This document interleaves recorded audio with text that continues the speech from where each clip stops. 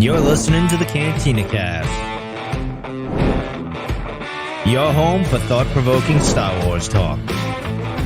Join Adler and Jonesy in breaking down the latest news, trailers, movies, and of course, your favorite characters from a galaxy far, far away.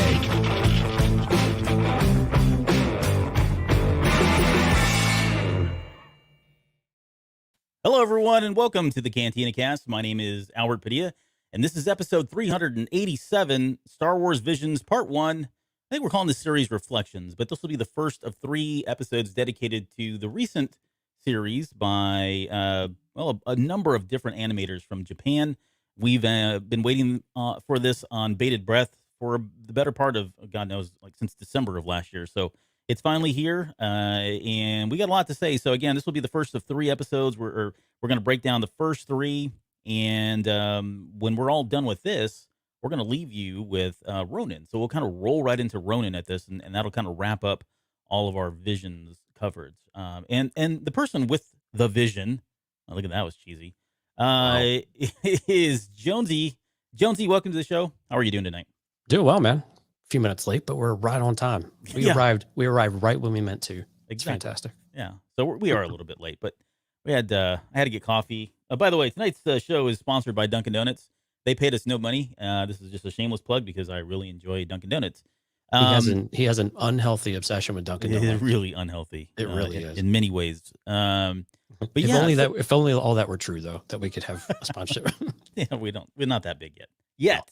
Give us another 20 years, another 380 something episodes, and we'll be right there with you guys. So, it looks like we got a lot of celebrities in our chat already. So thank you guys for being here, and we're gonna roll right into this because there's. Well, I don't think we have any news? Maybe we'll pick that up next week. Yeah, we'll kind of catch up next week. Nothing super out of this world. Yeah.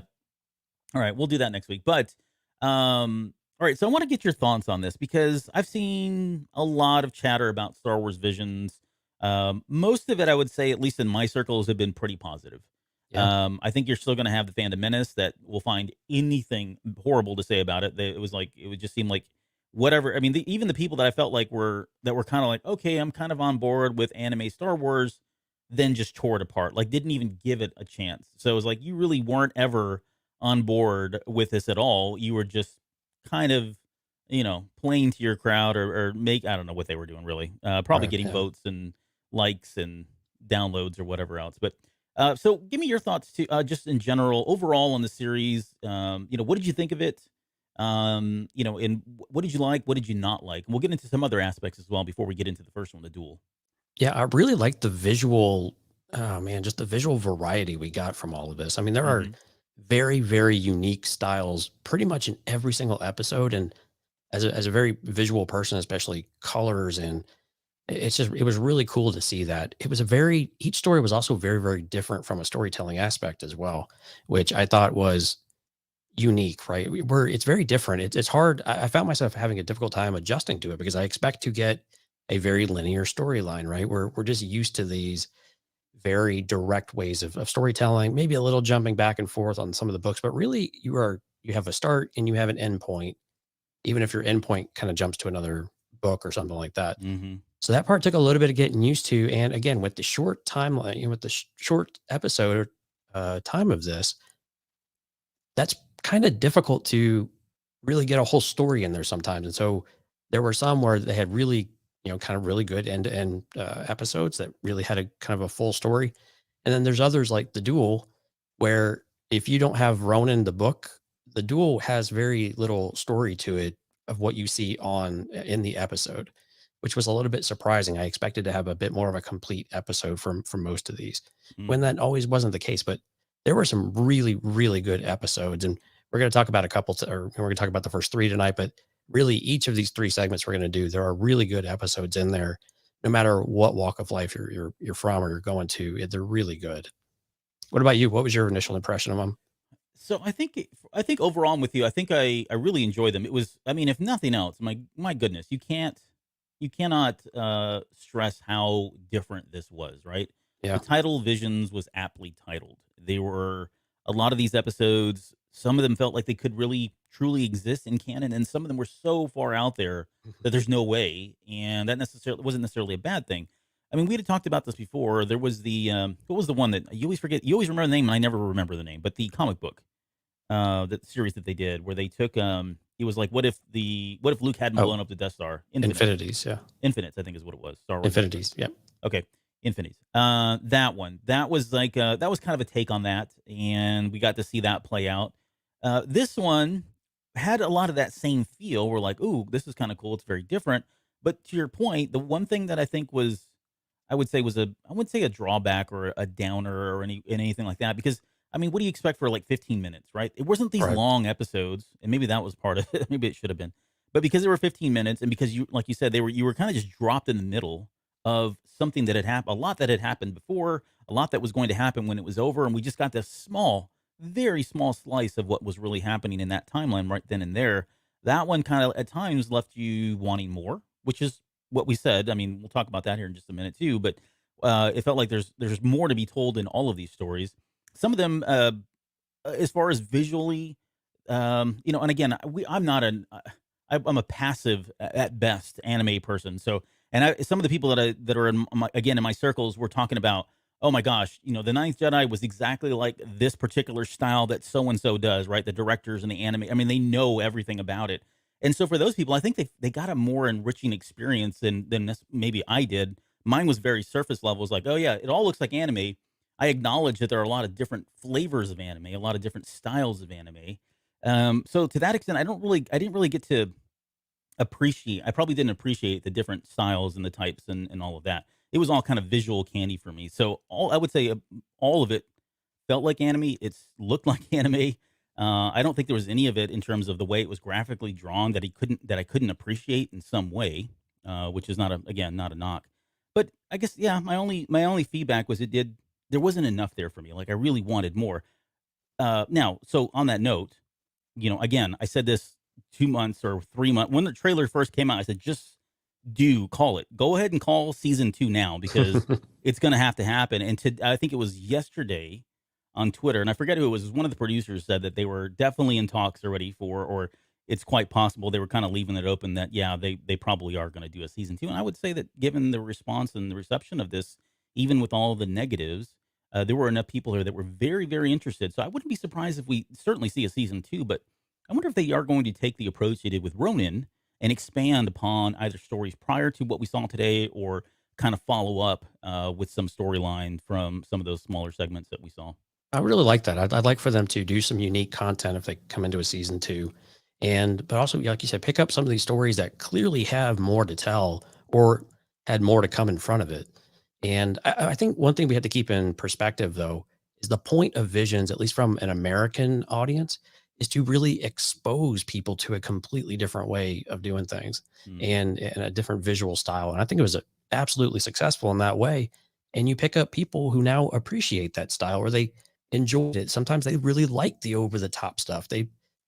We never had this in Star Wars, right? Where you just have something so wildly over the top. We had a little bit of it with the shorts, right? What were they called? Galaxy of Adventures. Yeah. A little bit. That's about as close as we've ever really gotten, though, right? Aside from just normal cartoon antics. Yeah. But mission accomplished. I mean, these were the things it was supposed to do: bring a completely different way of storytelling, very, very different visualization style, and set it out there and let people enjoy it, and leverage all of this entire culture of anime that many of us have, like you were saying, either very limited exposure or really absolutely none. And I think there are some really great things in all of this that people, either from a story aspect or just visually, that they can really grab onto and enjoy. So I'm not surprised there's been negative feedback, because the fandom is what it is sometimes. But at the same time, I hope people are at least being very objective about some of their criticism or some of their their feedback on it. Yeah, and I think for me, and maybe it's the final thing before we jump into the first one here, I think there were certainly ones that I liked a lot more than others. Like it was like I Yeah. appreciate all of them, and I'm glad that we got all of them. And I mean, really, 14 minutes is not a huge time commitment. So it's not like, Right. oh my gosh, I had to watch 14 minutes. I mean, it's like really, really. I mean, you would have gotten through the first episode in no time. So, Right. and I think the longest was what, 22 minutes? well, yeah, and that's 22 with credits too. I mean, it wasn't even like Yeah. 22. I think after you pull that off, it's still like at 18 or something like that. Right. So it really wasn't a huge time commitment there. So I think, so yeah, I would say there were certainly ones that I really liked. And I think for me, again, I'm not a huge anime fan. So, and I noticed there were 20, 30 years ago, okay, 5, 10 years, no, 20, 30 years ago, there were things when I was watching and getting into anime, there were certain styles that I was like, oh, I really like this style, right? Or there's certain storylines that just kind of resonated with me. And we got such a, like you said, a very well-rounded gambit of different types of stories that it was easy for me I felt like, okay, yes, this reaffirmed that I don't like these types of styles as much, or I don't like storylines that are so embedded like in the nature stuff, which is, we talked about Shintoism and how predominant that is in Japan Right. and some of the cultural leniencies there. But so for some of that, a lot, it was a big reaffirmation about anime in general for me. And there's certain episodes that I really want a lot of, and there's certain ones that I was kind of like, well, I could really do without. It's totally fine. Right. But so before we go, I want you just to kind of give me, if you had to give me your top 3, and not necessarily in any particular order, but just what were the top 3 that stood out for you of the 9? Oh man, so I really like Ninth Jedi a lot, and I know Chef Chris down in the chat was hoping we were talking about that tonight, but you'll have to wait probably a couple weeks here. But Ninth Jedi I liked a lot because it kind of had everything. Mm-hmm. The Elder was pretty good. There were moments that I really enjoyed about that one. One I was surprised I liked a lot more were actually 2. One is tonight to Tatooine Rhapsody. I liked a lot, and Like Rondo's gonna have a fit. I know, right? And the other one I really liked was The Village Bride. I thought that was fantastic as well. It was just really different. It was a bit slower pace, but it was just really just different. And it was one that was kind of a dark horse, one I thought might be I would like. And again, I have to admit I haven't seen 2 of the 9 yet, so I haven't quite got through all of them as I've been watching and rewatching the ones we were going to do. Yeah. But and I've just so everyone's aware, I have now been fired and banned. Yeah. Sorry. Excuse me 1 second. Okay. Yes, we're getting word that Jonesy has been fired from the show. You heard it here first. Jonesy has been fired from the show. Jonesy, thanks so much for being here. We'll see you guys next time. Okay. So I'm just kidding. So I made him nice disappear. effect though. I like that. Yeah. Taking me you right off the air. Pulling you. We just missed the cane. Like there should have been a cane that came and just dragged you right off stage left there. Right. Exit stage left. So what's your top 3? So I'm really not that deep. I I liked all the flashy lightsabers and stuff. Like so here's interesting thing. One of the ones we're going to talk about tonight is the twins. And I really, really was looking forward to that one. I really wanted to like that one because I think of all of them, it felt like that was it looked more like Galaxy of Adventures, right? In terms of the style and the animation, which I really thought was awesome. And I didn't really like it as much. In fact, it was probably one towards the bottom. And I've got some other problems because my ex-girlfriend, who I know she doesn't know that we dated, but my ex-girlfriend Allison Brie did the voice for the sister. Was is her name? Yeah. And I didn't like her. Well, we'll get into that here in a little. I don't want to steal my thunder on that one, but. So my top 3, though, to answer your question, I like the Duel a lot. I'm a huge, you guys know, huge Kira Kurosawa fan. That was right out of the 50s and 60s samurai movies. Even movies that were, aside from Kira Kurosawa, there was a lot of other ones that were going on. He wasn't the only one that was making them, but there was a lot of callbacks to a lot of those samurai movies that I've seen and absolutely enjoyed that one. So that was one of the ones. Like you, the Ninth Jedi was probably my favorite. Probably a close tie between the Duel and the Ninth Jedi. The Ninth Jedi just had so much that came before and so much that's coming afterwards that my gosh, I've got to know what's happening in that storyline. But they still had so much in the story. Which was so fantastic about it. It was great. Absolutely. I 100% agree. It had way more in it, substance in it than even the Duel, right? Because the Duel is just kind of like a bunch of people. And we'll talk about that one. Yeah. And then I guess the third one, I don't know. I'm probably torn between what was the one you mentioned? I'm drawing blank on the name. Village Bride. Village Bride is Tatooine Rhapsody. Pretty. No, I did not like Tatooine. Oh. But really, man, I thought that would have been right up your alley. No, not enough Journey. If it was more 80s rock or synth, then fine. I would have been all in. But now, well, we'll talk about it here. Right. I'll save it. I didn't totally hate it, but it was not my cup of tea. Mm. Yeah, probably the Elder probably.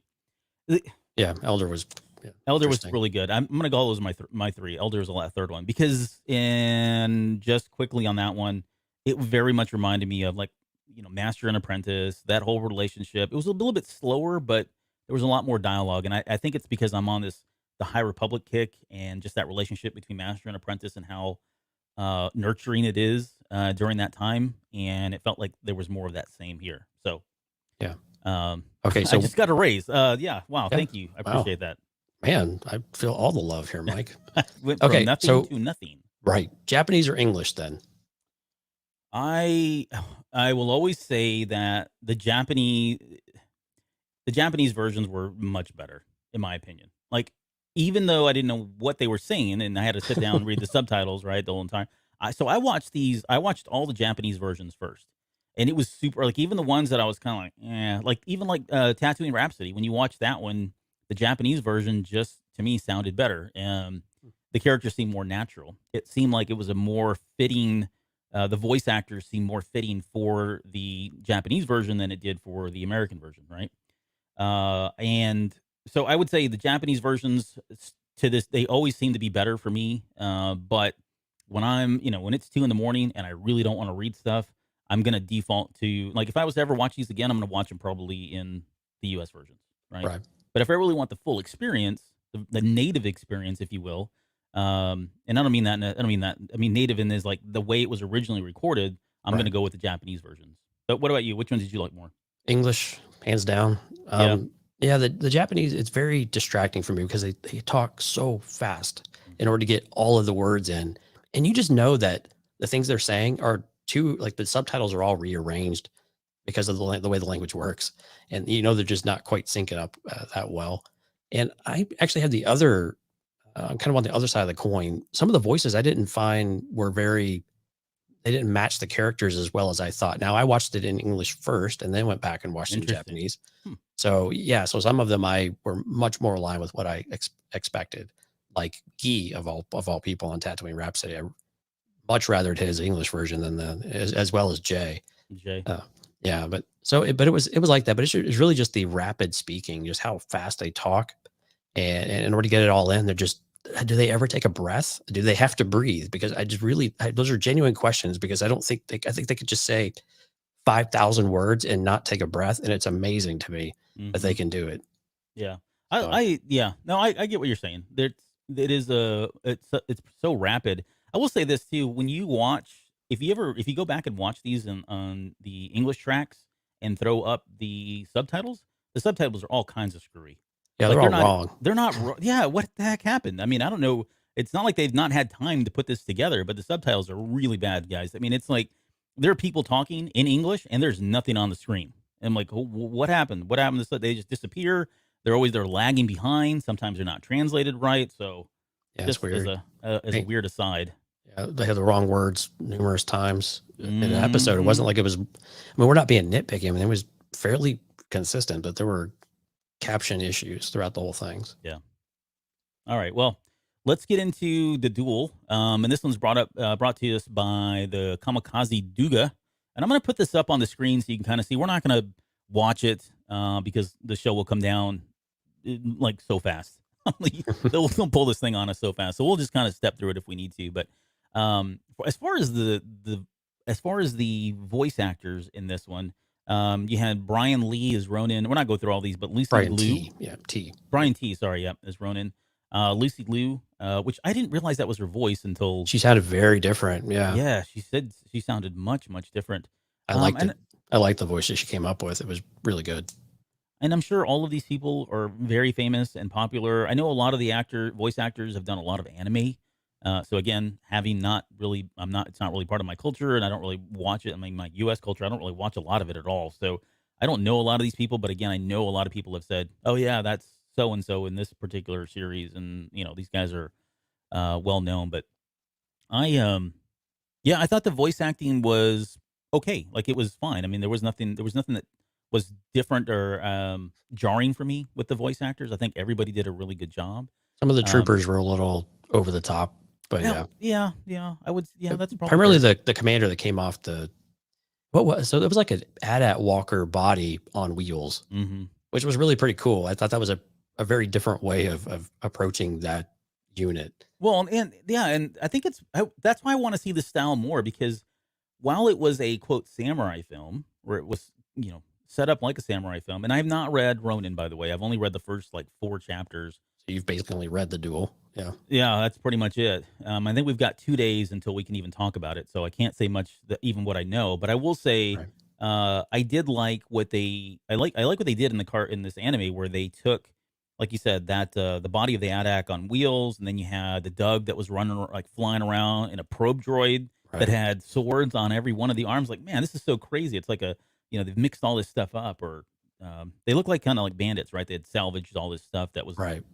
post war, and they were using it in that way. That in itself is really fascinating to me. So I Well, and love the what they did there. Trandoshan's body armor was just, I mean, so inspired from, from samurai and things like that. It was just Hmm. really, really cool to see how well they integrated this thing. But stylistically, this thing was like you were saying, this is like a blast from our childhood Yeah, of what we grew up with on TV seeing, and just this really beautiful style of cinematography in a lot of ways. And it was just, I mean, you probably could talk about for days, but just the way that the introduction of it. I mean, you said it, it goes into a star field, but when you go to the planet side, man, it's just like this almost 3-dimensional black and white with just a hint of sepia tone in there. And, hmm it was just fantastic. I love that they used, the Japanese lettering. It didn't translate it at all. And so I thought those were a lot of fun and just really cool. You really got into the spirit of it right away. yeah, yeah. Okay, so before we get too far ahead of ourselves, quickly on the synopsis, in case you have not read or whatever reason. While resting at a small village, a Ronin lightsaber warrior is caught up in the middle of an attack by a group of post-war bandits led by a Sith.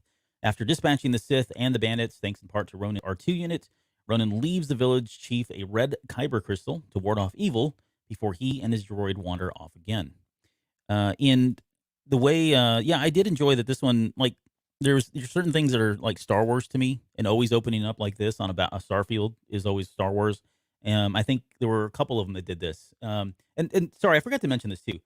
And I want to just so out of the gate, the whole series is truly a love letter to George Lucas and Star Wars. It really is. Like Yeah. it is, I mean, there's no shame about using. I have a bad feeling about this, or the sound effects, or I mean, it was their opportunity to go out there and finally be able to draw these things and write these things in a script and have somebody say them and say, I wrote that. You know what I'm saying? Like this was, Right. I mean, and there's so much passion that went into it.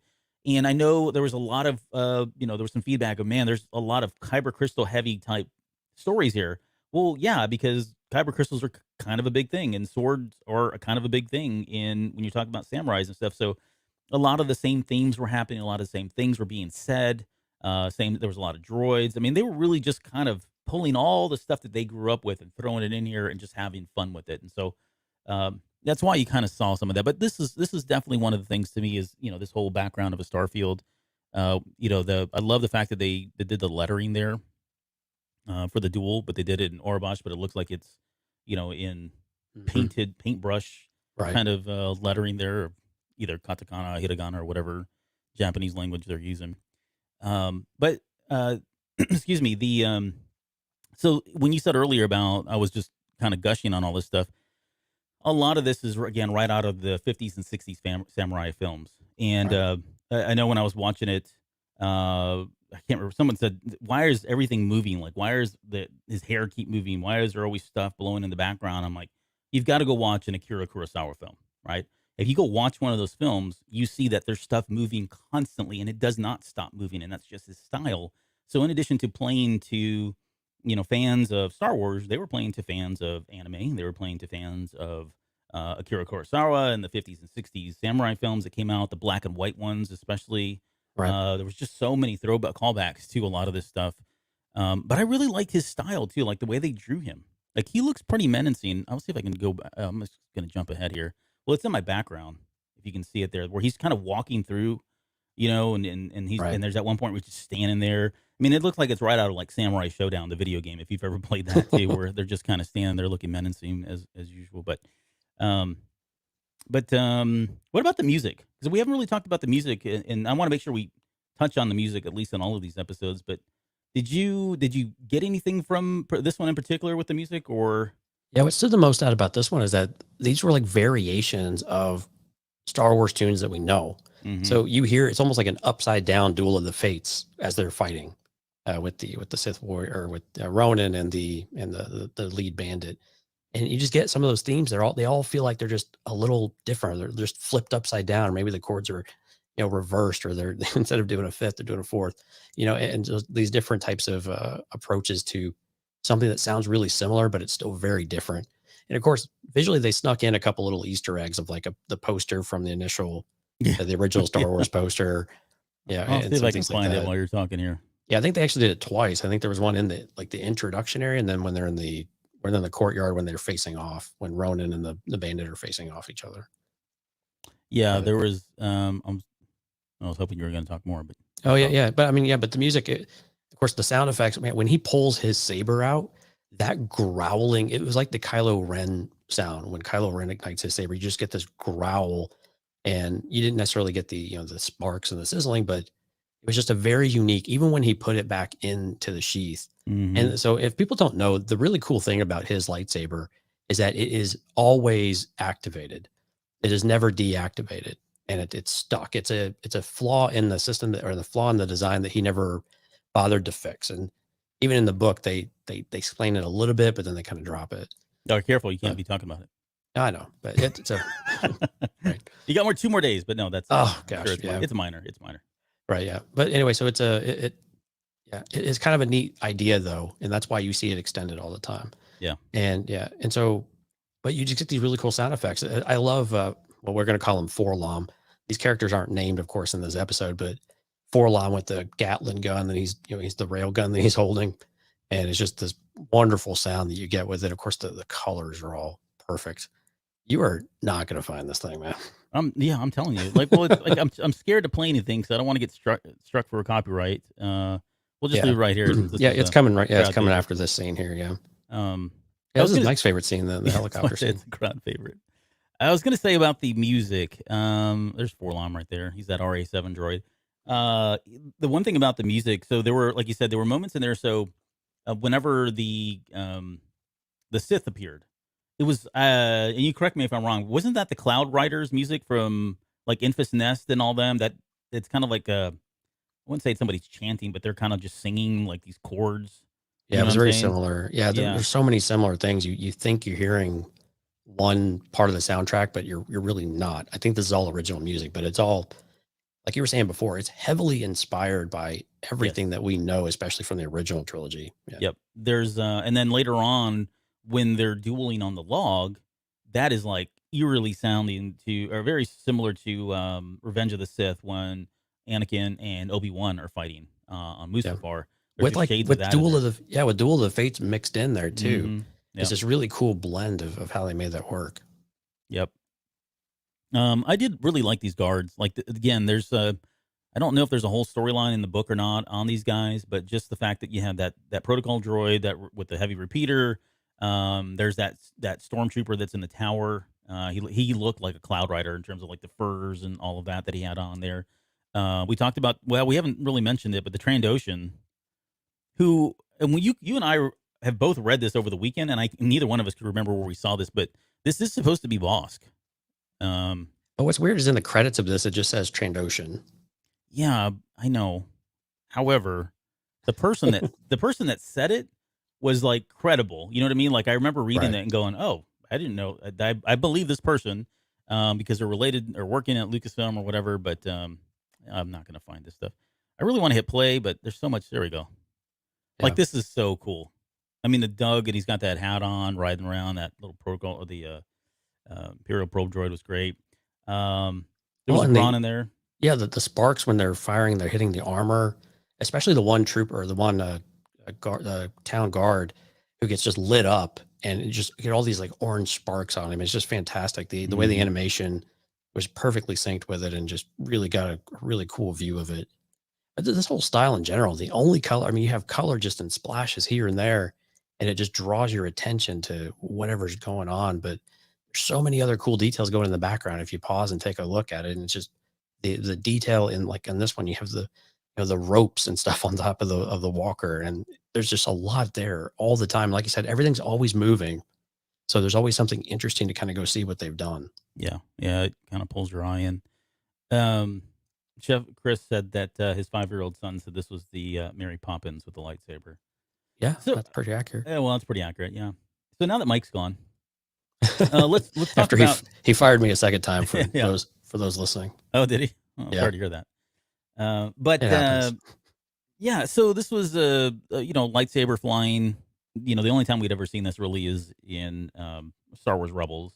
Right. And we don't need to understand the physics of it all, but it definitely seemed like it was a callback to that. But this weapon was pretty brutal, and the way she killed Bosk or the Trandoshan was pretty brutal as well. Because not only did she impale him, but it's only like halfway through his body, and then she opens up this umbrella, which means this guy was cut into, like, whatever the math is, 8 pieces, 9 pieces as well. And they don't show all of that, but they're pretty clean cuts at that point. It was But brutal. Yeah. it was pretty brutal. So, so in the whole, there's so much stuff in here that's just like, umbrellas and the hats that they wear. This is all very much like feudal Japan looking stuff. What did you think about the Sith and her look? I don't know. I'm calling her Stiletto Sith or Sith Stiletto because she's got stilettos on. I mean, she's Stiletto bandit. Yeah, when she comes out and you kind of get that very first shot of her. It's from the lower at the ground. You're actually looking at her little stiletto shoes or heels that she's got on. But her mask was kind of creepy, and it reminded me of Aboleth. Oh, Abeloth. Abeloth, not Abeloth. Abeloth, yeah. Another crowd favorite. Exactly. Yeah. So again, Rhonda's gone, so we don't need to worry about it. But right. Yeah, the heels, of course, not very functional. So I don't quite understand. She seemed to be doing just fine. Yeah, I don't understand why they went that way, I guess. I don't know if there's some reasoning behind that. But overall, I think her style was really cool. I like the menacing face. It's just all the teeth, and you could just see her eyes. Yeah, there's Boss getting split into 8 like pieces. A piece of pie. Yeah. And then what's funny is that Forlom, he's like, no, he gets all upset because he's got feelings. So they're all buddies. They are. Yeah. But it was just interesting when I first saw this. I was like, man, are these guys all bounty hunters, or are they really just the town guard? And it seems like they're just the town guard. They're town guards is what. Yeah, this is where you're going to see the Star Wars art in the background right after this. We're never going to find that. Right. But anyway, her look, she's got this like diamond on her forehead, and she's got this mask. And actually there it is right there. You just saw it. Yep. There it is. Top left. Yep. Yeah, but she's got this mask. And actually, when it gets cut off later, it's almost like this leather buckled on thing. It's not like a cloth. It's actually like a leather something or another when Ronan trims it off of her. But the whole outfit's very interesting though, because it's got this like scaled, I'm assuming leather type of top to it, and these very kind of baggy, very traditional type of leggings. Same with Ronan. Ronan's got a very traditional outfit here, and a lot of his mannerisms and things are very traditional is what he's doing. But I thought the design of this was really cool. Her hair is nuts though. I don't know how I feel about the hair. It's like Cruella de Vil on steroids. This white and black thing. It's crazy. But yeah, I was gonna try to find that. This is not really good for interactive TV because the little thumbnail that pops up is not, when you click it, that's not the shot that it's showing. So yeah, it's awful. You had to try to take in our visuals for the episode art. Yeah. It's not fun. But yeah, I mean, you get, look at this, like the orange and yellows. It's just, and it's always popping out at you. And then you get really cool things. So you get the umbrella, and then she actually pulls a lightsaber out of it. So it's actually putting the blade in it, and then it disperses the kyber through, each of the, what are they? I don't know what those are called on an umbrella. What are the little spikes called? Arms. Yeah, whatever. Yeah. So it's all built through a lightsaber, right? And then you've got Ronan, and he catches her lightsaber like we saw in the trailer, which is just freaking phenomenal. Yeah. And but what's interesting though is that they jump straight to that he's a Jedi, right? And that they don't have any inclination that he's a Sith, because why would he be going up against one of his own otherwise? Yeah. Yeah, and he's not. I mean, he's not He's neither Jedi nor Sith. He's supposed to Right. be a Ronin. And that whole line of where he says, "Unfortunately, I'm not a Jedi." I was really It's like, an there's part. interesting line. Yeah. Well, yeah, we've heard it before in Star Wars. I was hoping they would just give it like do it. I'm no Jedi. I wish he would have just said that, because that would have been like it's such an. I mean, I know it's kind of on the nose and a slap on her face and then that sort of thing, but I mean, if you're gonna pay a tribute, I mean, if this is a love letter, just go all in and gush over the love letter, right? And just say, "I am no Jedi." But nonetheless, it was fine. I mean, it was great that he at least said it. But So it's just interesting with "unfortunately, I'm not," and it's just really interesting comment of for someone who was a Sith, but he's clearly not a Jedi. Mhm. But so does he want to be a Jedi, and some things like that. We're hoping the books will clarify some of that for us as we get through them. Yeah, my man, look at that. Riss Bayless. What's up? Anyone see the Goto, Albert? Oh, that's a Bad Batch reference, inside joke. If you've been watching or listening to the shows.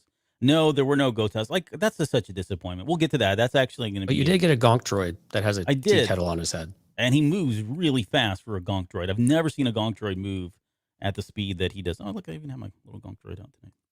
Gonk. Yeah, this is all great. Like, I really even like this R2 unit. His look is phenomenal.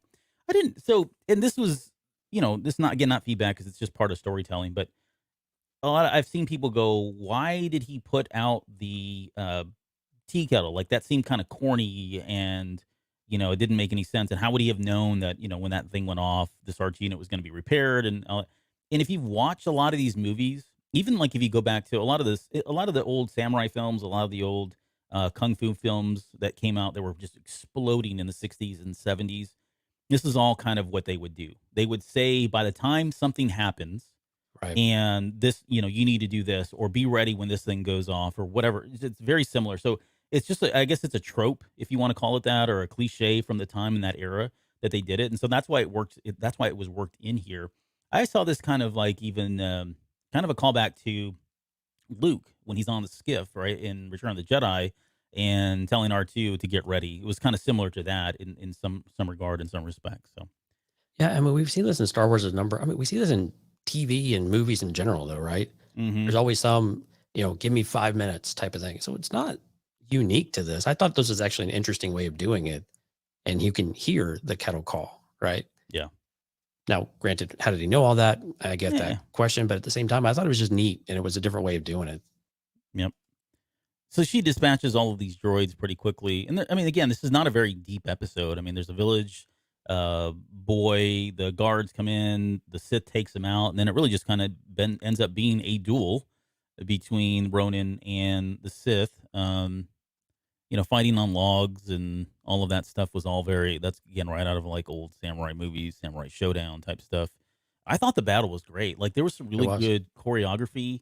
It wasn't a lot of times when you start getting into animation and you're trying to animate lightsaber battles or just sword battles in general, or real close combat quarter type fighting, it becomes kind of hard to see. You know what I mean? Like, sometimes it gets there's so much going on that it's that fine line between making you feel like, wow, this is pretty intense, it's high powered, and at the same time not making you feel like, what the heck's going on? I can't even make sense of who's doing what. I think they did a really good job, even with working in just black and white with color. Maybe it was the color that made it pop, but I thought they did a pretty good job with the choreography, and it was pretty easy to follow, and yet it was still very exciting.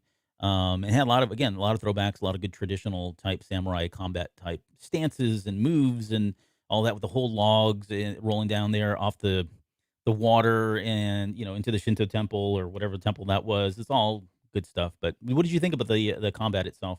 I thought it was fantastic. And actually, when she enters the waterfall and she spins her lightsaber, it's one of my favorite moments of this episode, just because you can actually see the detail of her spinning it around her hand. It's really, really cool. And it was great. No, all the choreography on this whole episode was really, really fantastic. There was a lot of really fast moving things, and they're all in these very shaded black and white, sometimes a bit dark. But the way that they use the color really helps you draw your eyes to the things that you need to see. And I think like in particular, like the blue bracelet, when he pushes the button, that was a huge one too, because you just don't know what he's doing. And then all of a sudden it lights up. Right. And those types of things are just so important to get that that visual and help you understand what just happened. But overall, I mean, just every part of this episode just had so many cool things going on to it. And we've got the whistling bird type of effect Yeah, I here was on gonna screen. say whistling birds. Yep. Yeah. So that was fantastic. And those things have some range apparently, because they came after Oh yeah, both way her down. and the guard on the side of the mountain. And it's funny because when we talked about whistling birds back in, I think it was when we were talking about one of the Mando shows.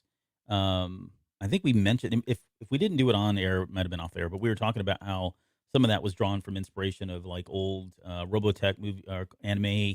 where they would open up and they've got all these missiles and they would all launch Yeah. and they kind of like do this full Shoulders. Yeah. stream. Yeah, exactly. And this is exactly what's happening here. One of the funnier posts I saw was somebody had posted a picture of that droid and said this is the animated example of F around and find out kind of thing. Because he's so, he doesn't look menacing at all, right? He's very unassuming, and yet he's got a rack of missiles in him that are heat-seeking missiles that just kill just about everybody. So hopefully we'll get to see more of that droid in the book when that comes out. Right. Now you had an interesting question here though with the temple. Yeah. I was kind of trying to fast forward over to it. Yeah. So in the temple, when she parts she puts the log and divides the water there, and she steps through it. She sees the lightsaber lit, and she slashes through it. The face you believed looked like who? Right the there, father, from the Mortis trilogy. Right, and I didn't get that at all. Did actually. you? Yeah. So we have it on screen, but I just don't. Maybe I have the way that he was drawn in Clone Wars is maybe there's similarities here. I'm not drawing that connection to, but it just didn't. I'll do a comparison, maybe on Twitter or something. When I'm trying to get to the picture of it on the ground, because that's where you can see the crown. Not so much when he's just standing there. You go, that one. See how he's got that crown? Yeah. So the crown looked the same, the beard looked the same. Beyond that, there's probably not much else, but I don't know. I mean, we'll have to see that side by side. Yeah. Yeah. I'll throw it up. That's probably a stretch. It's probably me wishing that this was a callback to the Mortis trilogy, but yeah, you've got to slip in. You've got to slip in a Mortis question about every 5 episodes anyway, just to keep us on our toes, right? To meet our quota of some sort. Let's move on to the very end here, because I mean, there's obviously a lot going on here. When he opens up his gi, and he's got a lot of red kyber crystals, so he's been going around killing a lot of Jedi, presumably, or people with at least Sith lightsaber. I'm sorry, he's been going around killing a lot of Sith. There we go. Or presumably people with Sith lightsabers. And my assumption is we're going to get a lot of that backstory in the book. At least that's my hope, that we'll find out what's kind of going on there. You kind of wonder if it's an atonement type of thing, or what his vendetta is. Yeah, right. He seems to be targeting exclusively the Sith. Now, if we go by like traditional Ronin, they were a lot of time they were samurai who were either exiled or they had dishonored, their emperor or their leader, and so they left, and they decided they weren't going to pledge allegiance to any one emperor anymore because they disagreed with what they were doing, or family was killed. I mean, you throw in all these different tropes, and so they just kind of wandered around, the feudal areas, and they'd make money doing duels or being, the hires for different things, and that was just kind of thing. So they didn't pledge allegiance to any one emperor, but some of them did have vendettas. Some of them were going after people that, if there was an emperor that they had left and wanted to take down, they were, very stealthily, silently going around, maybe not so much silently, but going around killing a lot of, his upper guards or other samurai, and collecting scalps or swords or whatever tokens that they wanted to have. And I think that's probably where they're going with this, but I don't know. We'll find out when the book comes out. And nonetheless, it was a really cool thing. And the fact that he cut open that kyber crystal and gave it to him, I just wondered, like, what was it that warded? Like, he says it wards off evil. And I don't know if that was understand. Yeah, is that a literal thing, or is that just kind of symbolically it does that or not? I wasn't really sure. Yeah, I didn't know if it was to give because the chief is a child, right? Mhm. And because it looks like his father is either sick or dead when they showed it a little earlier in the episode. But yeah, I don't know if it's to inspire hope for them or what. Yeah, because I've never heard of a kyber crystal warding off evil in any kind of way. So that was very very weird. Yeah, very different. Yeah, I mean, it could just be they're taking liberties with the storyline, and whether kyber crystals do or do not, it doesn't really, they don't do it in Star Wars that we know, but in this alternate reality kind of Star Wars, and Yeah, maybe. Yeah. And when we get into the book, we'll revisit some of this a bit here. Absolutely. There's one thing I forgot to mention too. Like throughout this episode, they put these. You can see it. I don't know if you can really see the detail. You see that little hairline thing Yeah. going on there. That Yep. whole aging, making it look like it was on a film reel of some sort, was really cool, and it was awesome throughout. I mean, Yeah, the scratches and the film grain and everything Mhm. else. Yeah, it was Yep. great. So good stuff. But yeah, overall, I mean, and the story ends obviously with them kind of just wandering off and going on to their next village and whatever the next job is. And we have no idea what that is until we get to the book. So, when they talked about Ronin will be out, the novel will be out October 12th. Right. And they said that there was still a lot of storyline that had to be told, and yeah, it definitely was. I think we already called out two other ones. I think we felt the same way about, but there was enough in this that's going to make me read it. Well, I have the book. I need to read it anyways because we're supposed to, because they're giving us these books. But even if I hadn't got it, this was enough for me to feel like, okay, I'd go out and buy this book just to kind of understand what came before, or what's coming after, or what's going to. Well, in this case, it's going to be what's coming after, because there's a lot here. I mean, there was a lot to unpack, even though we didn't really get a lot of specifics. You know what I'm saying? If that makes any sense. Yeah, and you can see the book above my head here, and it is a beautiful cover, and it's very got texture and stuff. So I highly recommend go out and checking out this book. It's got beautiful art on the inside too. That's very Mhm. reminiscent of what you got here. It's really cool looking. Yep. It's definitely a nice piece to add to your collection if you're into books. I think I have mine in the mailbox. I've been busy this weekend. I have not even checked the mail, but I saw. Man, I got mine before yours. I know, right? This never happens. I usually get mine before you, but okay. But yeah, so I think the one negative about this episode was that there wasn't a lot of story in the episode. I think that was the thing that was a bit, I don't know, disappointing in a certain way, because the thing is with the book, this is about the first 35 pages, I believe they've said, somewhere in there. So those first 2-3 chapters, but there's really not a lot of story here because there's not a lot of dialogue. It's really, all the dialogue is very ancillary and very unimportant for the most part.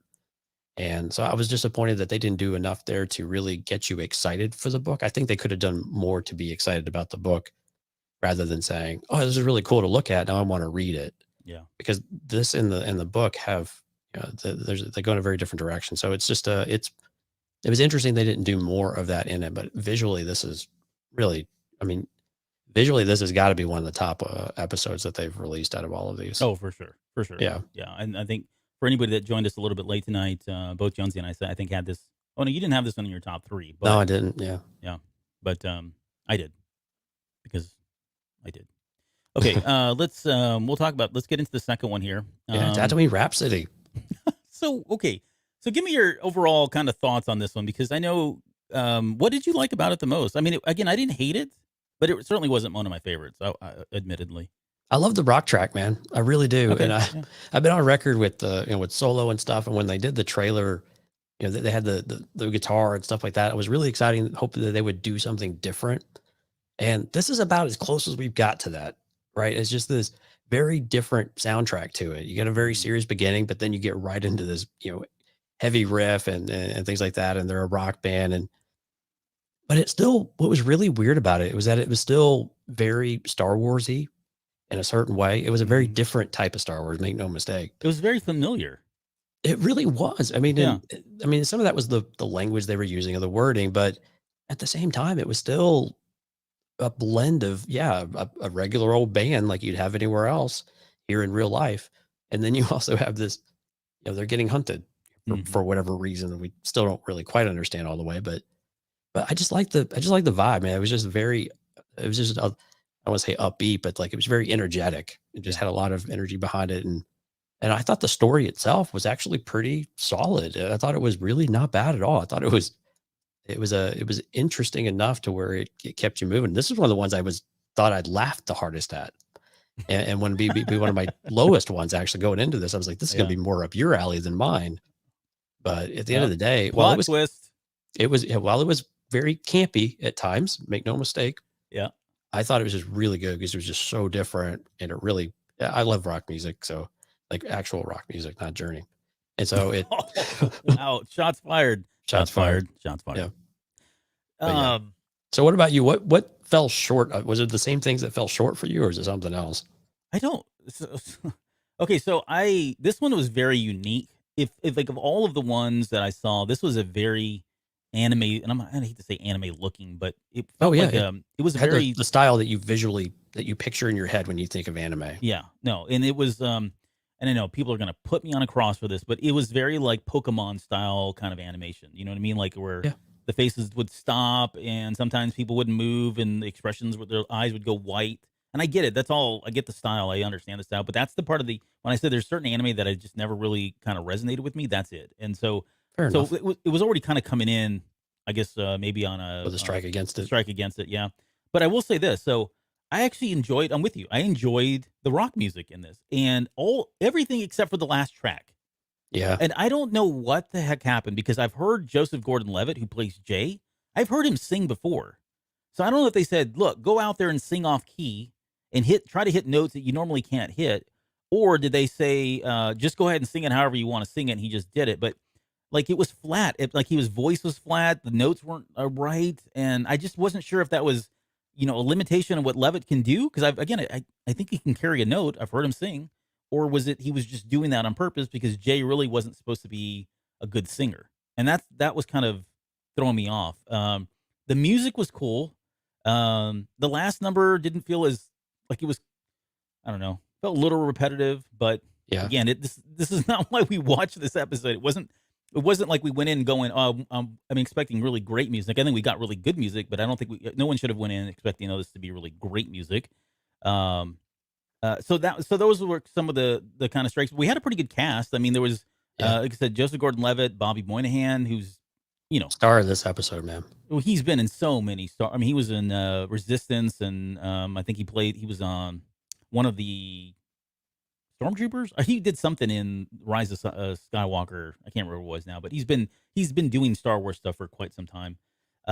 We had Mark Thompson, who we all know and love, is playing a lot. Now, Mark Thompson did, I think, a voice in every one of these at some point. So, as you would expect him to do. Oh, he was super excited. He tweeted on Twitter that this was the one time, the one thing seeing his name in blue meant the most to him. So it was very emotional seeing his name on screen for something, which is pretty neat. Yeah, no, absolutely.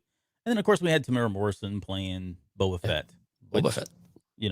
They were certainly capitalizing, maybe not intentionally, but they're definitely going to ride the wave of Book of Boba and coming off of season 2 of The Mandalorian. So I actually thought Boba was well written though in this episode. Yeah, I thought the dialogue that he had was actually pretty solid. No, I do too. And the sound effects they had for fire spray, I guess we have to start calling it now. Is that what they call it? Slave One? I don't know. They haven't Slave One. officially. So until Boba Fett says I'm now calling the ship the fire spray, then it's Slave One for me. So until then, fair enough. But they got the sound effects and the visuals like coming right at you, like from Attack of the Clones, was spot on. It was fantastic. Yeah, that's what it reminded me of. That. Get him, Dad. Get him, Dad. But yeah, going back to the music, I mean, they took a page right out of the Cantina cast, which I thought was kind of cool. I mean, we kind of come in with this little rockin' tune that we do. We're waiting for the checks to come in. What's it called? For royalties. Yeah. Royalties, yeah. Well, we're not getting those. But so am I wrong, honestly? And I want you to be fair. Was I wrong about the vocals there with Levitt at the end? No, at the beginning they were off key as well. And I think some of that was, I wonder if that was by design. Because when you go to a club and you listen to a band, like how often do you hear them right on key? Practically never. Even the famous people don't hit the notes all the time. And when you get a live album, they've corrected a lot of that stuff in post.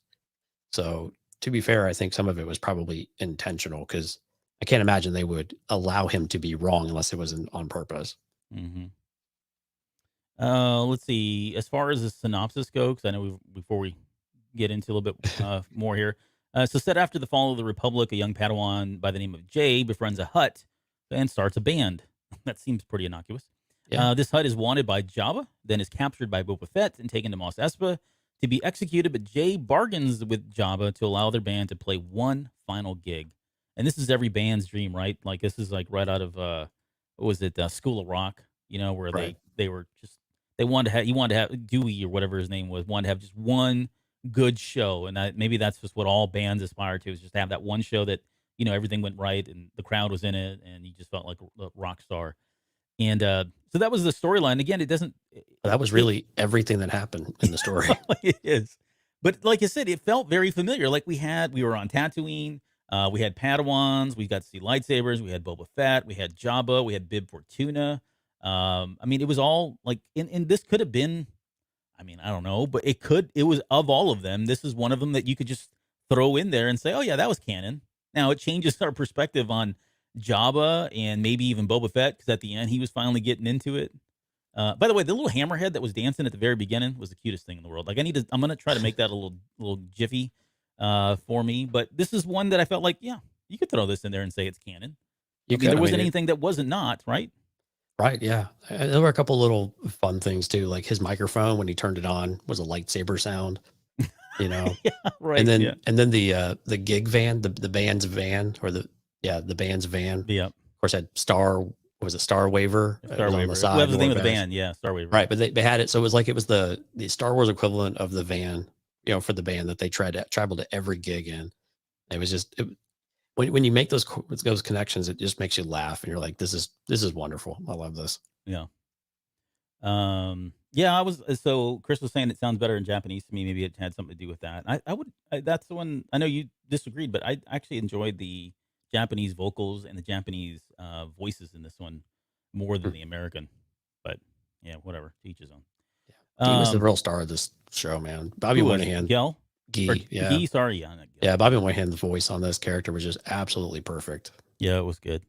This was the cleanest one too. Like, there was, the artwork the style is beautiful. The colors are beautiful. Yeah. Even the shading and all that was just phenomenal stuff. So it was really good stuff. I mean, visually it was a lot of fun to watch. Was not expecting Boba Fett.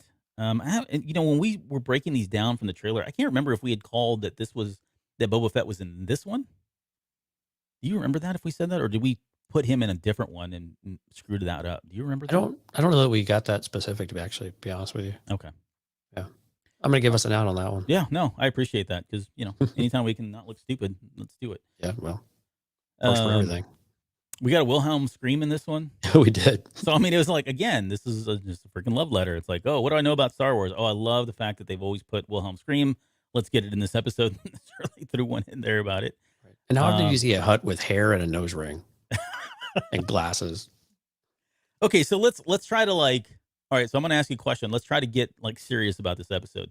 Why would Jabba, what threw me off was you had Jabba the Hutt, a hut, and he was wanting this hut, Geezer, to go be part of their Hutt family, but the punishment for not doing that was he was going to just kill him.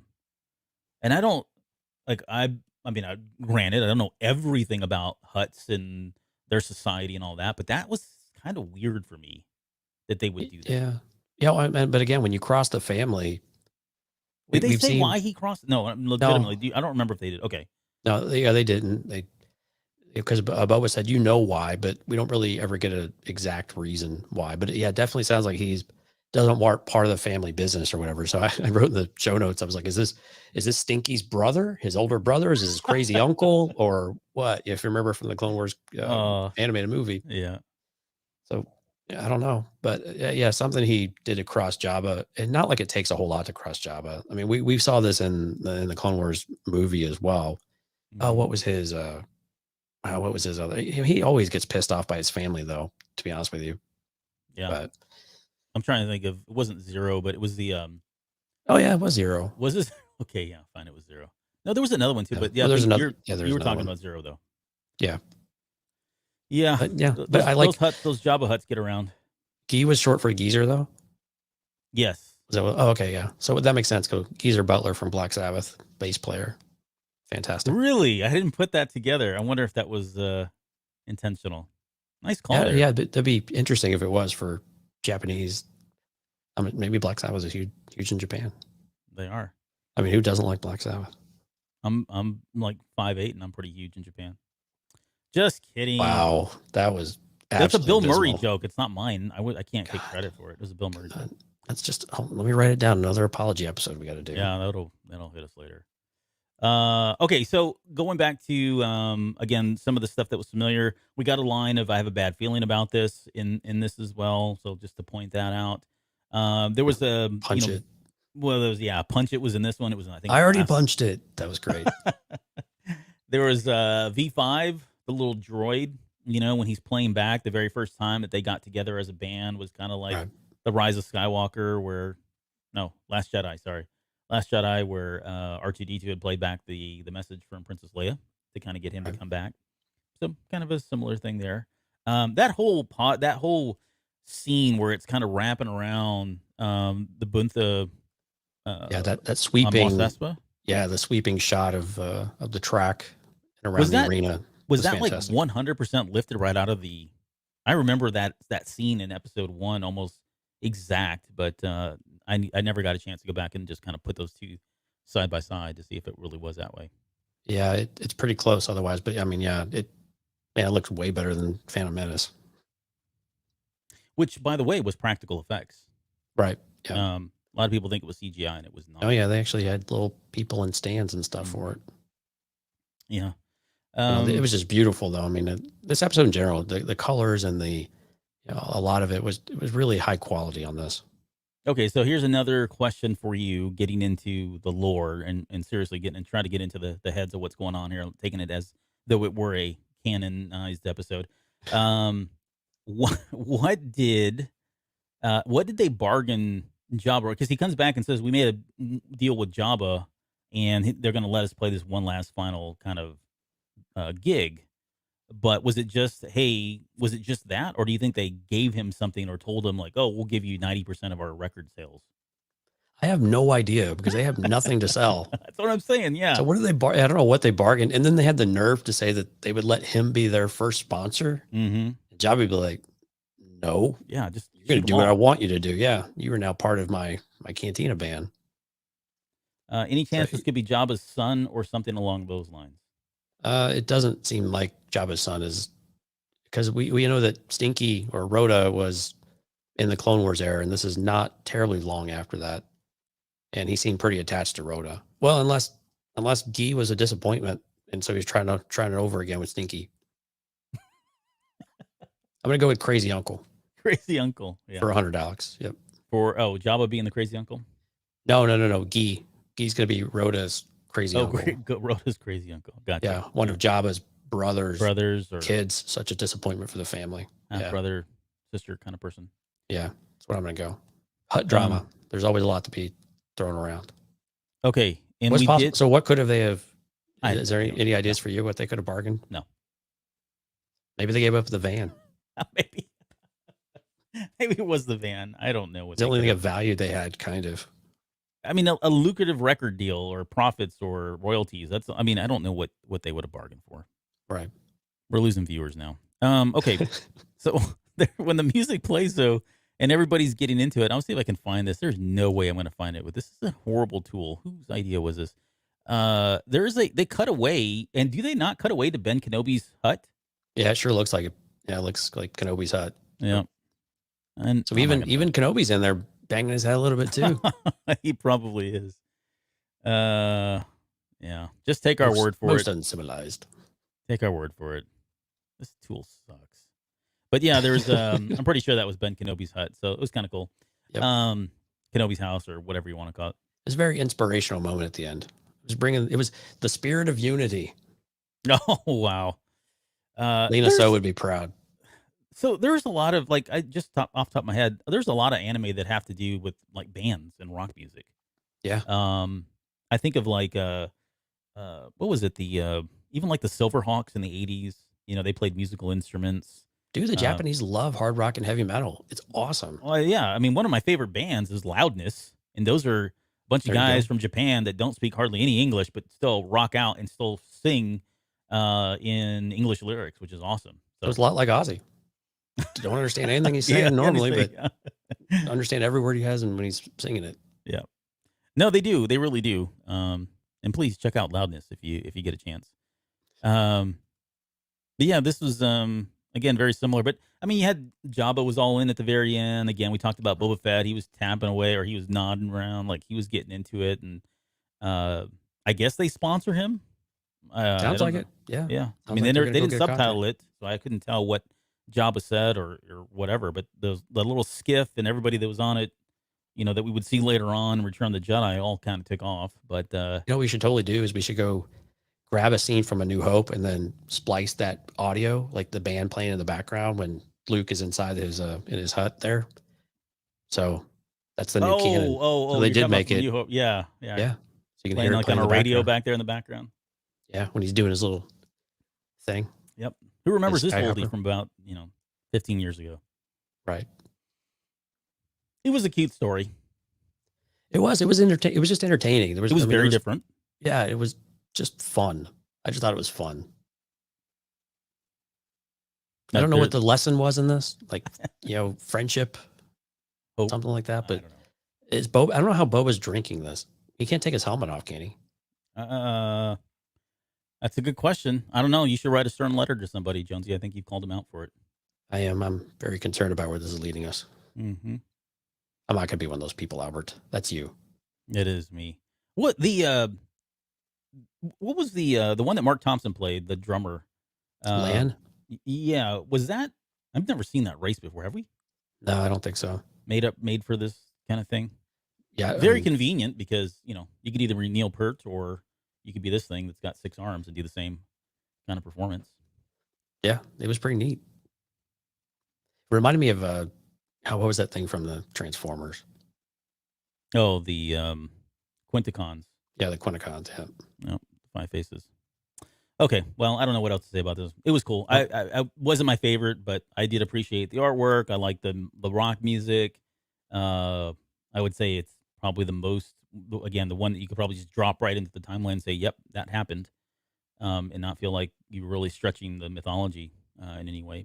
And really, who doesn't want a flamethrower coming out of their guitar? I mean, seriously, we all want this. Yeah. Okay. Are you ready to move on? Let's do it. Okay, I'll start talking about Kiss and Ace Frehley shooting rockets out of his guitar and stuff. It's all right. Hey, he did. He did, yeah. Did you ever watch the Kiss? What was it? The Carnival one from like the 70s? It was like circa 78, 79, that movie they made. Dude, yeah, it was awful. Oh, dude, I loved it. As a kid. Of course you did. Oh, my goodness. You could not make me stop watching that. And my cousin, I don't remember how he had a copy because this would have been like 78. And I don't think they had a VCR. I don't remember how he had it, but I remember going over there and being able to watch it. Maybe he had to have VCR of some sort. And oddly enough, our viewers have ticked up. Yes. Well, yeah, they're kind of like fluctuating. We're getting some and dropping some immediately here, but I actually strapped a Roman candle into my guitar once. Did you really? That's a story for another day. Wow. All right, episode 3. The twins, okay, the Twinkies. All right, give me your thoughts on this one. Kind of overall, what do you think? Yeah, Gemini class Star Destroyer is pretty badass. Not gonna lie. Mm-hmm. That's I like the concept for sure. Yeah. So maybe those haven't seen it. 2 Star Destroyers linked with a Death Star super weapon in the middle. If you think about the Last Jedi, the thing that they were miniaturized Death Star tech. I forgot what they called it exactly, but that's basically what's in between this, and they want to go shoot things. What was really interesting though is the droid gave you like this entire exposition about everything, caught you up all right at once. It was great. Mm-hmm. I mean, completely unnecessary, but great anyway. So you at least knew what was happening. Yeah. It gave you the idea of the body armor and then stuff for the twins and whatnot. And yeah, but we're introduced to both Am and Kare, and clearly they thought they were aligned, but not quite. Am's got pretty ambitious things, but this was the disappointment to me. And I'm trying to put my finger on why. The problem is I've got multiple fingers and I could put it in multiple places. And so the voice acting, I absolutely love Neil Patrick Harris. Neil Patrick Harris, yeah. And his was okay. The dialogue, the writing was a bit over the top, I think, in general. But some of the things were just really, and I know you were talking about Alison Brie. No, kind of hers. She broke my heart. Yeah, and so I don't know if I pinned it on the actors so much, but it was very over the top. And again, some of it actually, Alison Brie, when Am was getting charged with the lightning and the overreaction, things like that was very actually that's very true to form, for this style. If you go back and watch any of the anime or even the cartoons that you and I grew up with that they ported over here, you get a lot of that stuff, right? Yes. So it wasn't that it was out of character and that it was over the top and all of that, but it was just it just didn't. There was really not enough backstory. We got a lot of flashes of the twins born of the dark side. Mm-hmm. And you were talking about at the beginning of the show, there are some that we might come back to. I think this is one of those stories that clearly they left it with a story left to be had. But this is a story that there's a lot more to it that I think they could really flesh out, and they could really give us a lot more to it. And it would probably benefit this if they did, because it would balance out some of the just the visual nature of this episode and really give us a little bit more, a little more something to dig into, and they could really do something with that. I thought the drawing style and that and the colors and all of that were really cool. I thought that Yeah. was great. There was one coloration error I saw with the lightsabers. That was the only odd thing. They were orange for a moment in one just I a think few I know what you're frames. talking about. Yeah, yeah. Yeah, they were orange and then they flip back to red. So just, color coding and that. But yeah, so it was a disappointing on the kind of the story and the really over the top, stuff. But again, this is, these are the kind of the things you get sometimes where they're just kind of crazy and out there, and they can be a lot of fun though. Yeah, I think again, I think I mentioned earlier, but the visual this felt more like Galaxy of Heroes in terms of the style in which it was drawn. So that was really appealing to me. For me, it probably fell short again with you on the voice acting. Like I was really disappointed with Neil Patrick Harris and Alison Brie. However, maybe it really was just I didn't have a problem with the Japanese one, right? That seemed more like it was still over the top, but and to draw a comparison, and I know again people out there that if you guys like anime, you guys are just cursing my name at this point because I'm giving you these stupid references that everybody knows about. But like Akira, right? If you think about Akira visually, it's amazing, right? In terms of how it was drawn, the high frame rate, the frames per second in which it was drawn and animated is just astounding, especially when you consider this was put out like in mid to late '80s. And when you watch the Japanese version, it is over the top, but the animation or the voice acting is so powerful that it seems to fit, even though it is over the Right. top. The voice acting seems powerful. When you get to the American version of Akira, it's like hard to watch. Like it's so over the top, and so some of the stuff they say doesn't seem natural. It almost feels like the actors are being forced to say something that they don't even really feel comfortable saying, but they know it's in the script, so they're just doing their best with it. And that's kind of how this one for me felt. Like it felt like they were saying and doing things that were almost either a tribute to that, like you said, because there was a lot of our animation in the '80s was just like that. It was really bad voice actors or very very bad dubs or whatever you want to call it. And because there really wasn't, a lot of people that not a great. There wasn't a lot of voice actors out there. And not like today where you got the Mark Thompsons or Right. what's his name from Cowboy Bebop and Zeb. Yeah, that guy. But anyways, you've got what I'm saying. You've got a lot of really prominent voice actors now these days. So and maybe this isn't their forte. I don't know. I don't know that Alison Well, Brie was Neil anything. Patrick Harris has done lots of voiceover. He's been No, Spider-Man. He's been, yeah. No, I'm not talking about him. I was going to say Alison Brie. The only thing I know she's been in was the Lego Movie, and she was like She was the unicorn. Oh, she was So Unikitty? yeah, I didn't realize Unikitty. that. Yeah, that was Alison Brie. I mean, not that I stalk her, but Right. that was she was in. So yeah, I don't know if it was them or if it was a tribute to it, or they said, "Oh, we want you to make this sound like the old '80s dubbed versions of anime," because that was really where it was at. But it was like, man, there was one scene though. Am goes, like they catch Kari, and Kari, where were you going to take the power core to a galaxy far, far away? Mm. That was cringeworthy. I'm sorry. It was just cringeworthy. I was like, wow, we really went there. Mm. We really went there. Okay. I kind of wanted to turn it off right then, to be honest with you. You know I was what? like, this is not going to go the way I think it's going to go. This is something I would love to see in a graphic novel, though. Like this story and graphic novel, I think would That's a be good idea. really, really cool. Yeah. Yeah. Same style too. Yeah. Yep. What didn't stand out for me in this one was the music.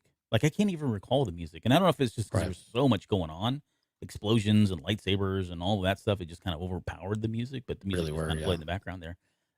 Definitely didn't stand out. There weren't moments of it where it did. In the beginning, it was good though. There were some in the beginning where you could hear it, and it was solid. It was kind of what you would expect. But again, yeah, it was just one of these things of you keep expecting the story to come out somewhere, but it's not. You don't know why Kari doesn't want is trying to take the power core away. He's not aligned with either the Empire or the Rebellion or Republic or whoever, where this is actually at. So it is really confusing about what he wants to do, and it's just very, very confusing. Mm-hmm. Of course, we get our catwalk with no safety No rails. rails. Yep. There is no such thing as OSHA on the Empire. We didn't give a synopsis. Did you write one up for this? Oh no, I did not.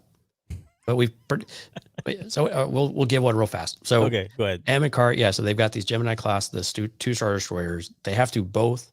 They have a kyber crystal that powers it, but they have to channel it through their power armor, and it Dark destroys their dark armor, right? And it will destroy a planet. And this is how they're going to bring peace and prosperity to the galaxy, by blowing everything up. So Kari has a change of heart for some reason, steals the power core, and then they proceed to fight over it. And at one point, they're both grasping at the crystal, and it shatters, and they both get a fragment of it. And Am gets a much larger fragment than Kari does.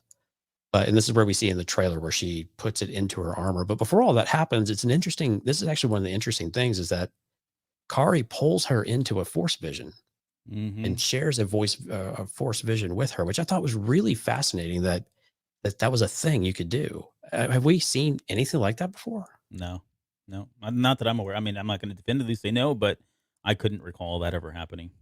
Right. So he's trying to show her, like, this is what you're going to become if we keep going down this path. And she's like, screw it. I don't care. I am not afraid of death. And this comes up 2 or 3 times where she's not afraid to die for what she is passionate about, or what she wants to achieve, which we don't really know what that is. And Kari is afraid of death, is what she keeps saying. Anyway, so they fight over the crystal, and we get some of the scenes that we saw in the trailer, where she injects it into her armor and becomes super powerful, but of course she can't control it. And Kari has to come in, and he wants to save her. So he does it by putting an X-Wing into hyperspace. Really, our duo does this, not him, because only the droids can make a decision in Star Wars. And so, but he makes his lightsaber super duper long and super duper wide, and does the OG holdover maneuver right through a Star Destroyer, but clips just the top of her crystal with the tip of the lightsaber, even though it was all the way through the Star Destroyer. We're not going to get into that. And it shatters her armor. It destroys it all, but then you're left with the Star Destroyer fragment, and then he is off in space and crash lands on Tatooine. Yeah. And we don't know the fate of her, right? Like, never said what happened. Yeah, she's floating out in space. And so what's interesting is that Kari and Am are out in space, fighting. Like, they're out in space fighting. But at the end, Am is saved by the droid. I forgot what is it, B2ON? B2N, yeah. Yeah, and he's wearing a helmet, which I just thought was, I laughed so hard at that. Like, these guys are out there in space, humans, and they don't have any kind of, anything to preserve them from the elements out in space, and yet the droid has a helmet on. Yeah, it was fantastic. Yeah, I mean, there were without like, I don't know what I'm trying to say. So this episode is frustrating for me because, like I said, visually it was really cool. There were a lot of neat concepts in here, like you talked about the Force Vision one, the concept of twins that were bred by the Sith. Right, we had a quick flashback of that. It was kind of cool. Like, oh, I want to know more about that. Yeah, you actually got to see them growing in vats, and they split the cells. And I mean, there were some really cool, like, was it like 5 or 6 scenes they flashed through? Yeah, a little montage they did. It was montage. It was not a montage. but yeah, and the idea that they're both Sith Lords, I guess, or of the dark side. How about that? I don't know if they ever declared themselves as Sith, but certainly dark side users in some way. And then you've got Kare, who's like switched, which we have no context of why. He gets out of his little emperor looking throne, looked exactly like the Emperor's throne, right? And suddenly decides, oh, I'm gonna switch over, and I'm a good guy. Like, he's a really good guy. So, like, what happened there? We don't really know. I mean, I don't know if it's his love for his sister, or the fact that he knows that the crystals they can't really control them. The crystals are actually going to control them instead.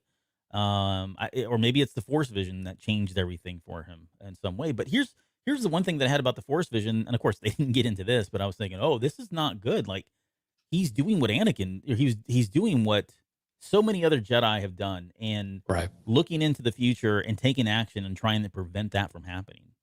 And it didn't sound or look as though there were going to be that like this was going to go wrong for him.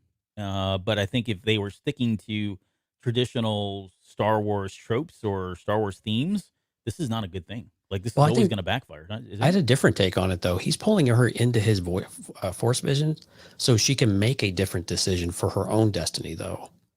So I had a different perspective on it, that he's not doing it for himself specifically. I mean, he wants Mhm. to save his sister, but it's also he's giving her that opportunity that she doesn't know, and that she's so consumed with power and the dark side, and this over oh man, this overconfidence of what she's able to accomplish, how she can control this, and she's not able to at the end of the day. And so I viewed it more as that he was trying to give her the opportunity. He couldn't save her because he knows she's got to make the choice to do that. He can't do it for her. That's interesting. Yeah, no, I can see that. Well, the other weird dynamic here is that they're, I guess, dark side users, but then she's talking about the crystal bringing, like she says, it's a beacon of hope. Right. Yeah. It was Which so you wouldn't. weird. It's so weird. Like you would not, you would never associate somebody on the dark side, or much less a Sith, saying that there's hope in the galaxy. Like hope is not even part of their, Sith code, and Pretty yet she's deranged saying way of looking at it. it Yeah. really is, yeah. And then, Kare's his counter argument is no, this is just going to bring about disapproval, right? This is not Despair. Yeah. despair. That's Despair. what it was. Sorry, yeah, Yeah. despair. Um, and so that in itself was, again, there's just a very interesting breed of force users. I don't know if to call them dark side users. I don't know if to call them, neutral side users or where they're at. But I mean, they're dressed like Sith. Everything's red. I mean, even the droid, BTON looks like Right. 000 over there. He's like a black protocol droid. Yeah. And their costumes are very Vader and Kylo Ren inspired. Yeah. Yeah, I saw. So reminded me more of like a Ralph McQuarrie looking Vader, like real skinny, slender, Right. long lines drawn.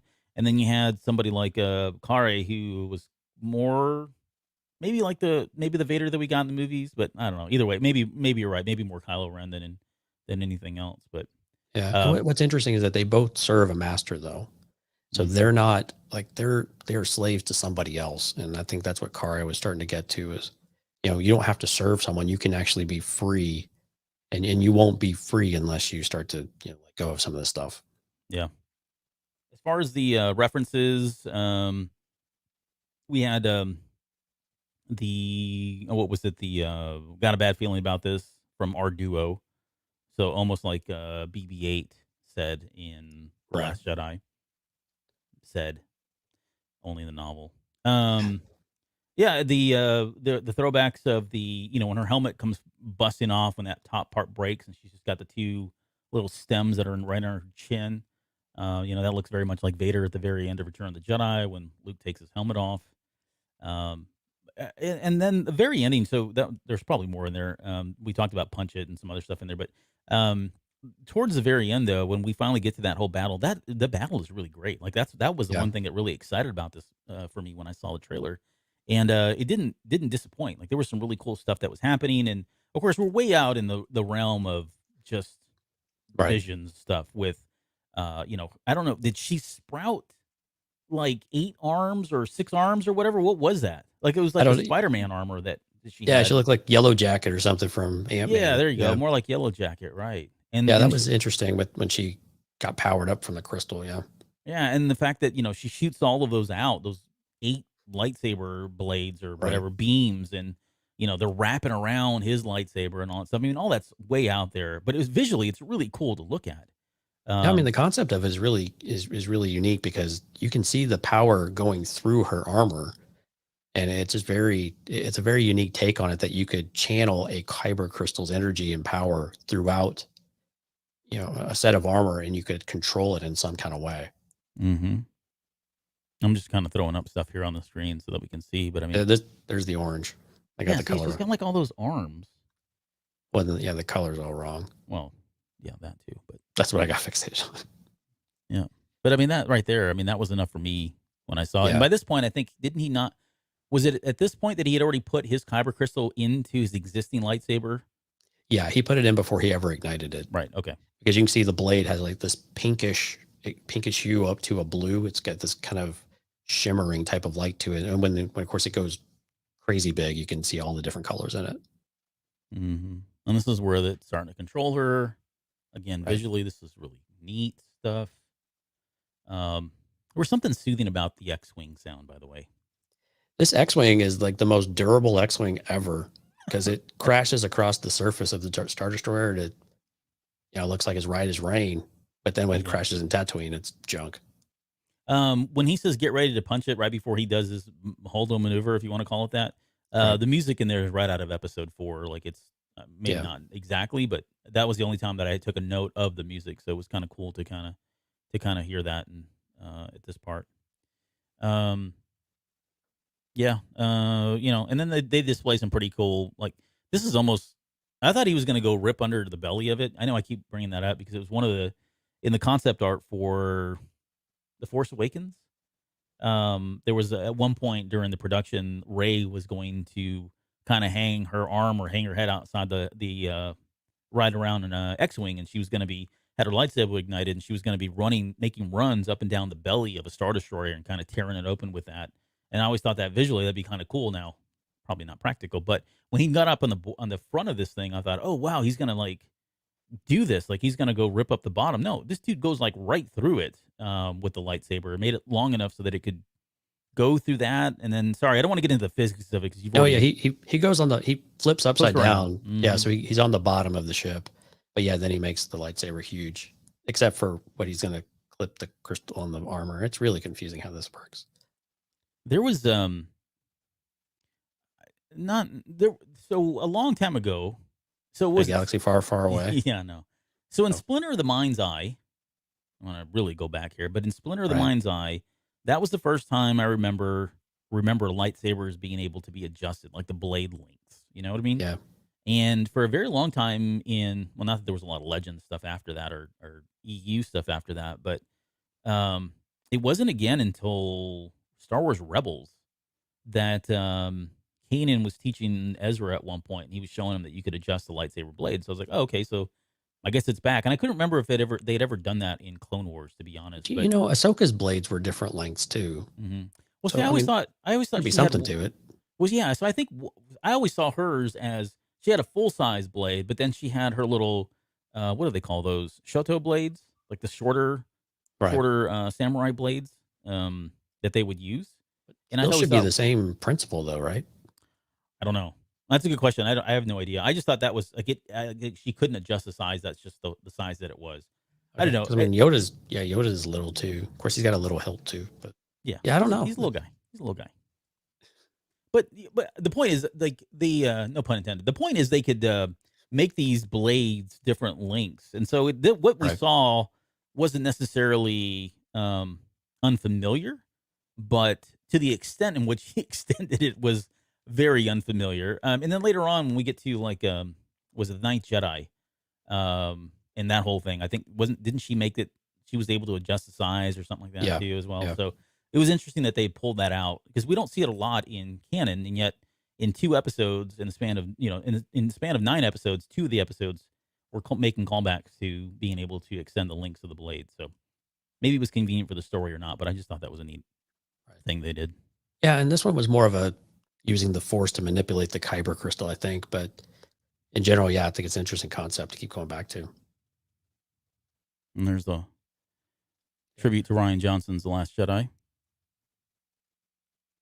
Was there sound on this one? They did have sound. No, it was silent. They went silent as well? Yeah. Oh, okay. There was then no they and there was definitely no and there was no eruption afterwards or anything like that.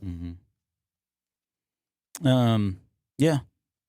So yeah, like you said, eventually that's him heading there to what I believe is Tatooine, because later on when he lands and it's so funny, his ship's just like head first into the sand there. And then we get of course the twin suns setting, and I think he mentions that he can still feel his sister. So somehow she survived with no helmet and this kyber crystal being ripped out of that armor, which the concept of, we didn't really touch on this, but the concept of dark armor and armor that's powered by kyber crystals, it feels like it'd be something they may toy with, like in the High Republic, right? Because we know that they use their lightsabers to power all of their the vectors and the ground ships, and Jocasta New pulls out that lightsaber rifle, which I have a feeling we're going to see again in the High Republic at some point when they go to war. officially. But yeah, I mean, this would be kind of cool if they actually came up with a way to have their armor powered up by a kyber crystal. And not to get into the High Republic, but I don't know if that's going to really buy them much or do much for them. But still, kind of neat concept that I don't think we've ever seen before. Yep. Let's see. This guy says there was a lightsaber diagram that came out around episode 1 that showed one switch was a blade extender. Yeah. So yeah, I mean, it's always been there, but it's like you just don't ever visually see it much. It's never used as much in canon. And the point was that they did it twice in the span of like 30 minutes if you count both episodes together. So yeah. I don't know. What else do you want to say about this one? I think that's about it. It was, again, I think this is something that could be revisited, and I would like to read and look at this in a graphic novel or comic book type of way, maybe rather than on screen. And I don't know why that is. I don't know. I think you could probably just go through it a lot more and take your time and pace it through without trying to cram it into 10 or 15 minutes. Mm-hmm. And I like there are some things that just work better in different mediums. And I think this is one of those that might work really, really well in a print form. Yep. But yeah, I mean, still had a lot of enjoyable moments, like you said. So these are meant to be a lot of fun and to be very different. And they are absolutely hitting the mark in those ways. And I think that's totally cool. And I think that's great. We can have our criticisms about them, but I think that they're hitting the mark of what they wanted to do. And I think we're getting some really interesting ways of looking at it. And I think there's something in every single one of these episodes. There's always something that's really good that I think you could take out of it, there's a piece that you can really enjoy in each one of them. And so some of the folks that want to be negative about it, I think they just want to be negative. Oh yeah. There's always going to be those guys out there. Yep. Okay. Well, I think we'll leave it here. I think so. Next week we'll come back and we'll do the next 3 episodes. So you'll get The Village Bride, The Ninth Jedi, and oh boy, what was the last one? The T0B1. You've got it open right there in your screen. Yes, T0. Yeah, T0B1. That's one I haven't seen yet. I haven't seen that one or Akira. Or Akira. Oh, the last one. The last one. Whatever. Yeah. So. Yeah, we'll talk about those. We'll have a lot to say about The Ninth Jedi. In fact, we'll probably spend the majority of the time on The Ninth Jedi. Could probably have a whole episode on Ninth Jedi. The Village Bride, though. I thought Village Bride was really good, and I kind of felt like it was going to be a dark horse, and it was. And I thought that one was really, really good. Yeah. No, really good. I'm with you there. So, but I don't know that we'll spend a lot of time on. Well, the Elder's in there, too, isn't there? No, that's in the next one. Oh, in the okay. Yeah, we'll get 7. The Elder, Lope and Oko or Ocho, and then Akakiri will be the last one. Gotcha. All right. Hopefully you guys enjoy this. Again, we didn't want to break down every single thing, but we figured it's worth dedicating some time to, given it's total of 9 episodes, and be a nice lead-in until we can finally talk about Ronin, the book, which comes out October 12th.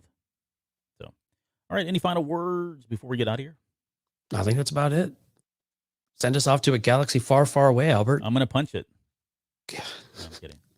Okay, right. We'll roll the credits, and we get to use the special the Visions credits that we made. We only got to use those once, and I think we used them for Patreon. That was the only time we used them. So there you go. Yeah. Thanks, everyone. Yeah, thanks for being here. We'll see you guys next Tuesday, and thanks to everybody that joined us in the chat. I don't know. You got the names? You want names of people off? Oh yeah, we got Chris. We got Alejandro, your brother. Twan, Kathy, Steph, Risk. Oh goodness, we had other people. Ryman 6000 early on. Leland. Yep. Chef Chris. Mike Rondo. You can just stay home. Yeah, Leland Henry. Katya was there earlier on. And I'm sure I'm missing a couple. I apologize if so, but thank you guys for coming out. We know we had people kind of lingering in the background too, but we appreciate you being here, and certainly give us a follow on Facebook, YouTube, Twitch. You can see the live stream every week. Yep. Thank you, Stalkers, too, for not saying anything. We appreciate you always. And hey, we have a great channel out in Discord talking about all this stuff. So eargluemedia.com/Discord. And we'll be back later this week to do a Patreon episode. We have one. We're just not gonna do it tonight because I'm exhausted. No, sorry, I didn't tell you, Jonesy, but next time. Every day is a surprise with you, Mr. Padilla. Yep. Okay. With that, we'll see you guys next week.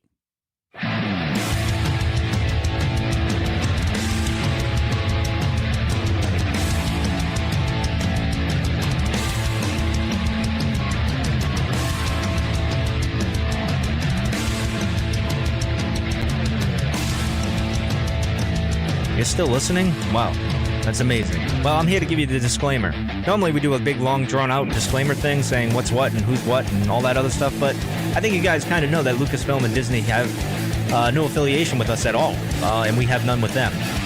We talk about Star Wars, which is their property and all that other good, fun stuff, but I think you can tell which is our stuff and which is their stuff. If you can't, well, then send a lawyer to send an email to me, and I'll be glad to chat with them. Other than that, you know what's what, so that's your disclaimer.